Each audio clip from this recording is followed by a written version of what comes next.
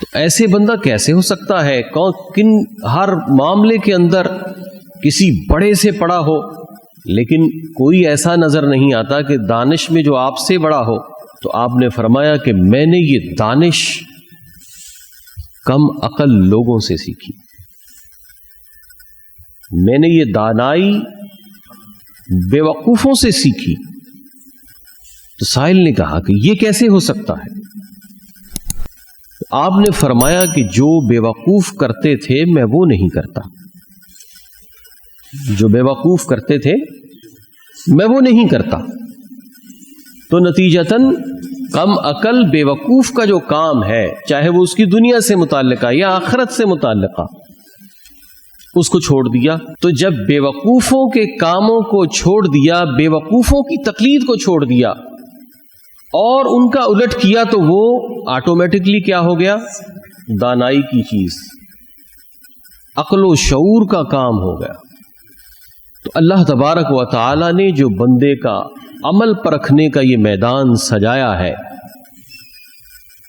اس میں ہر جگہ اس کے لیے اللہ تبارک و تعالی نے جو چیز کو پہچاننے کا ایک میکنزم دیا ہے، وہ یہ ہے کہ اللہ تبارک و تعالی نے اس کے ساتھ اس کی ضد کو رکھا ہے۔ دن ہے تو رات رکھی ہے، اجالا ہے تو اندھیرا رکھا ہے،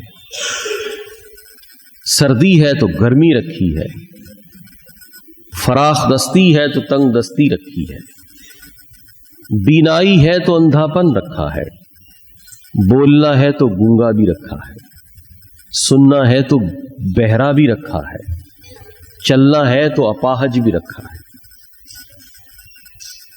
دانا ہے تو بے وقوف بھی رکھا ہے۔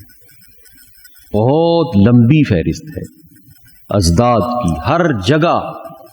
یوں سمجھ لیجئے کہ ہم اس عالم کو عالم ازداد بھی کہہ سکتے ہیں، ضدوں کا، اپوزٹس ورڈ، کہ یہ اپوزٹس کی دنیا ہے۔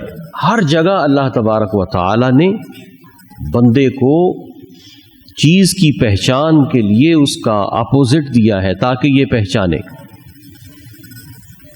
تو اس لیے اللہ تبارک و تعالی نے جو یہ عمل کا میدان انسان کے لیے سجا کر اس کو اس میں اتارا ہے، تو اس میں بندے کا جو امتحان مقصود ہے، اس کی وجہ سے اللہ تبارک و تعالی نے خیر و شر کا معاملہ رکھا ہے کہ خیر و شر دونوں ہوں گے تو ہی انسان خیر کو منتخب کرنے یا شر کی طرف جانے کا اختیار اپنا استعمال کر پائے گا۔ اور یہ اللہ تبارک و تعالی نے انسان کو بنایا۔ ہم جیسے کہتے ہیں کہ فلاں شخص تو شیطان ہے، یہ نہیں کہنا چاہیے کہ شیطان جو ہے اس میں خیر کی صفت نہیں ہے، شیطان میں خیر کی صفت نہیں ہے، وہ شر محض ہے، یعنی ٹوٹلی شر ہے، اس میں خیر کا ایلیمنٹ نہیں ہے۔ تو انسان جو ہے اس میں اللہ تبارک و تعالی نے خیر و شر دونوں کو جمع کیا ہے۔ تو کوئی بھی انسان چاہے وہ کتنا ہی برا ہو، چاہے وہ کتنا ہی شریر ہو، اس میں خیر کا عنصر رہتا ہے، اس میں خیر کا معاملہ رہتا ہے۔ انسانوں کے معاملے میں ان کے شر کی وجہ سے کبھی بھی مایوس اس لیے نہیں ہونا چاہیے کہ اللہ تبارک و تعالی نے انسان کو محض شریر پیدا ہی نہیں کیا، اس کے وجود میں اللہ تبارک و تعالی نے خیر کا دیا بھی جلایا ہے۔ یہ اپنی بدعملی سے، اپنے سوچ کی نیگیٹیوٹی کی وجہ سے اس چراغ کو مدھم کرتا ہے، اس روشنی کو بجھانے کی کوشش کرتا ہے، لیکن پھر بھی اللہ تبارک و تعالی نے اس کے لیے خیر کا معاملہ رکھا ہے۔ اور یہی وجہ ہے کہ حدیث مبارکہ میں ہے کہ بندے کے لیے توبہ کا دروازہ غرغرۂ موت تک کھلا رہتا ہے، یعنی جب اس کی بالکل جان نکلنے کے قریب ہے تو اس وقت بھی اگر انسان توبہ کر لیتا ہے تو اللہ تبارک و تعالی اس کو معاف فرما دیتا ہے.